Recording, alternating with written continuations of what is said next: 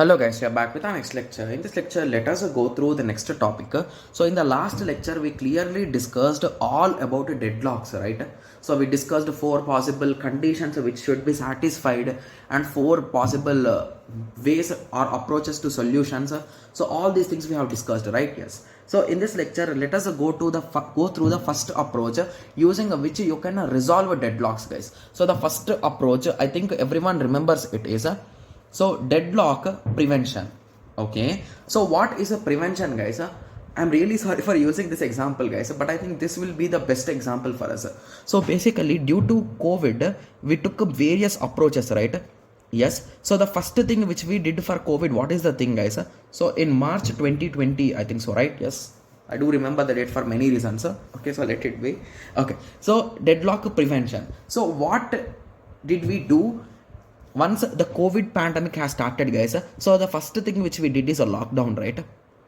So why did the government take steps towards lockdown? So the main reason what they did is their goal was to somehow prevent the thing, right? So before it's a spread, so wide spread of COVID, they taken care that it should not spread too much. So that is the reason why they took lockdown. So that is a step of prevention, right? So before its occurrence only, the government and everyone taken care about this, right? Yes. So that is the exact approach which means prevention, guys. So try to find a solution before deadlock occurs. So in our perspective, so before the deadlock occurs, we are going to take some strict steps so that it will not affect, or if it will not even allow deadlock to occur.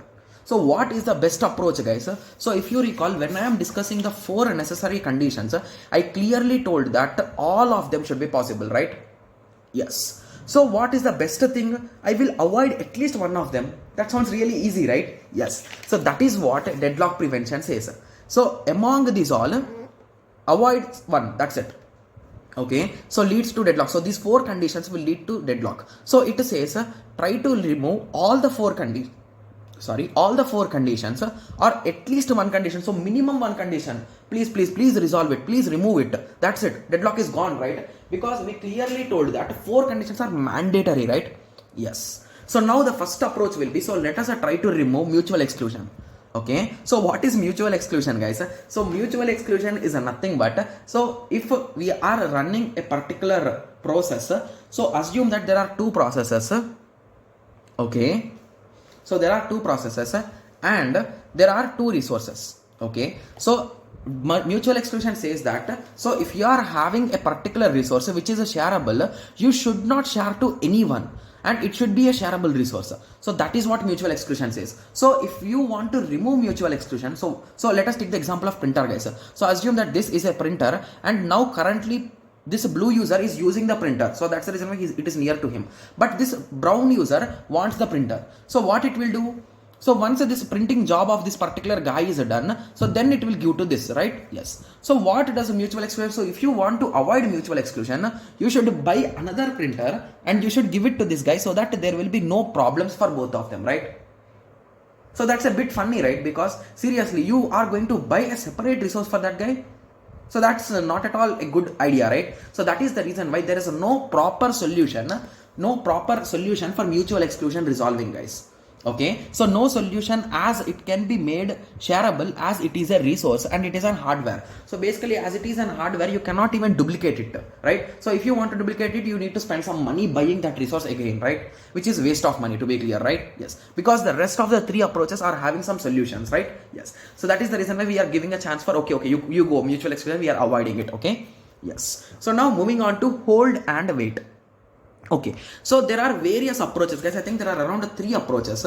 I don't know which approach in which order did I write in the book, but I'll be explaining you around 1 or 2 approaches which I remember, and then we will be reading the things and I'll be explaining you if there is any other approach in the book. Okay, yes. So the first approach for hold and wait. Okay, so this is possible, guys. So there is a method using which you can avoid this hold and wait. Okay, so the thing is, so assume that there are total 3 processes. Okay, guys, the examples will be a bit big and start visualizing them, guys. Okay, yes. So assume that this resource is with this guy. So I'm keeping those resources near to them. Okay, so this resource is with this guy. Okay, Okay, yes, and this resource is with this guy. Okay, yes, so now let us first remove these resources and let us assume that this resource is with this guy. Okay, and this resource is with no one, and this resource is with this guy. Okay, so whenever a particular process requires a particular resource, so assume that this resource is empty, right? Yes, so if this particular process wants this resource, and along with that resource, if it wants this resource also, it is going to take this resource first, right? And it will check whether this blue resource is available or not. So if it is not available, what it will do is it is going to release that resource, because it is just going to hold it for waste of time. So that is the reason why it is going to release that resource. Now if assume that this green processor wants these two resources to solve, so now it will take and it will solve. So now these two resources will be taken by this guy, and he will solve all the things, and all the problems are gone. Right? Yes. So this concept of taking the resource only if all the other resources are available. So I took this resource, but this resource I want, but it is not available. So at that time I need to release this resource, because I cannot complete my task even though as this resource is not available. Got it? Yes. So that is what a good solution for hold and wait. Okay. So let us go through the rest of the approaches also, and if there is any kind of new approach or additional approach, I'll be explaining you. There are around 2 to 3 approaches I remember, but I don't remember the exact approach. Okay. Yes. So in convenience approach, process is allowed to run if and only if it has acquired all the resources. Yes. So this is the exact thing which I explained. So the only disadvantage here is, so assume that this is a processor, and it needs 150 resources, and these 150 resources are at different places. So it needs to acquire all 150 at a moment of time. Is it a joke, guys? It will be really tough, right? For that particular resource, it will go to starvation. There will be many problems for that resource. So that is the reason why that is a disadvantage here. So large processes may starve from starvation because all resources may not be available at a moment of time. Okay, so there is one more solution also. So an alternative protocol, okay, allows a process to request a resource only when it is a none. A process may request some resources and use them before it can request for any additional resources. So it must release all the resources that it is currently allocated. So better than previous approach. So the concept here is, so assume that you are having a particular process which are requesting for resources continuously, guys. So if you give this resource, it will execute it and will ask for some other resource. So in that way they are requesting. So at that time what we can do, guys, so once you give a resource, once that resource is used by that particular process, so if it requires one more resource, before giving that resource, you will inform that processor to release the resource which it is having, and then request for it again after some time. So in the meantime, this resource could be used by this guy and he can complete his work. This resource could be used by this guy and he can complete his work. And the rest all resources can be given to this guy, and later on this guy can also complete his work. Got it? Yes. So this is the better approach, right? When it compared to this, because here we are going to hold and wait for some time. At least we are going to complete some task which is possible. So that is an advantage here. Okay. So wait time out. Okay, yes. So that is the second approach, or the hold and wait solution, guys. So the next third method is no preemption. So basically no preemption, what did I say, guys? So no preemption means forcefully we cannot release any kind of resource. So but we can make the operating system to do some kind of mischievous things, and it can make this process to release the things, right? Yes. So that is the concept with respect to this non-preemption. So it is a possible. Okay, so it's a bit big. Okay, let us start. So if a process is holding some resources and request for another resource that cannot be immediately allocated to it, it must wait. Then all resources the process currently holding are preempted. The process will be resumed only when it can regain its old resources as well as the new resources that it is requesting.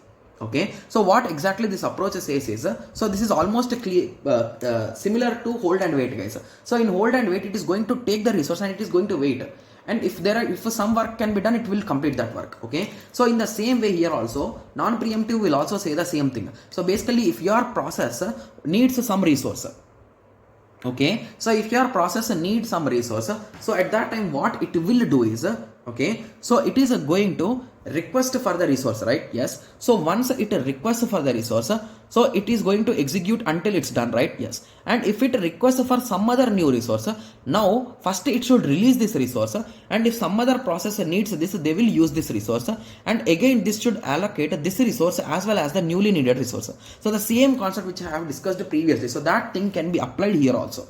Okay, and the some other approach could be priority could be given. So if there is a very important process coming, so for that we can give priority, right? Yes. So that's a standard solution. And moving on, alternatively, if a process requests the same resource, we first check whether they are available. If and only if we allocate. If they are not available, we check whether they are allocated to some other process that is waiting for additional resource. If so, we preempt the desired resource from the waiting process and allocate it to the requesting process. Okay, so assume that you are having the three processes, guys. Okay, and this guy, okay, so this guy is holding this green one, and this guy is holding these two ones, and this guy says that he wants this, and this guy says that he wants this only. That's it. So what now the processor will say is, you want this, right? Yes. So what operating system will say is, blue, please give this for me for 1 minute. It will take it, it will give it to Brown, and Brown will execute his work and he will leave, right? Yes. So once he left, this process will be given to this guy. This guy will complete his execution, and that will be given to this guy. So in that way, or the other case could be, so this guy will be given to this guy, and now this guy will say, I want that blue. So that blue will be given. So this guy will complete his execution, and all these things will be given, and everything will be done. So in that way. So based on the request, so if your particular thing is not available, we are going to request it and give it to you. So that concept will also come under this non-preemption. Okay. And the last method which could be resolved is circular wait. So if you recall, this is circular wait, right? So P0 is requesting a resource which is held by P1.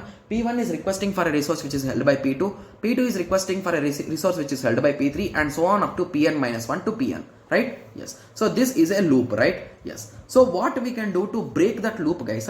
So if there are 100 processes, I will keep a small condition, guys. So if P1 wants a resource, so it can request from only the above, guys. So P1 can request only from P2 or P3.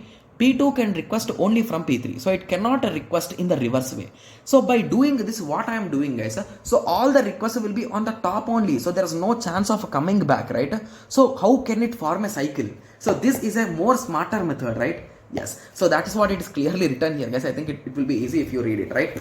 Yes. So the same concept I have written here clearly.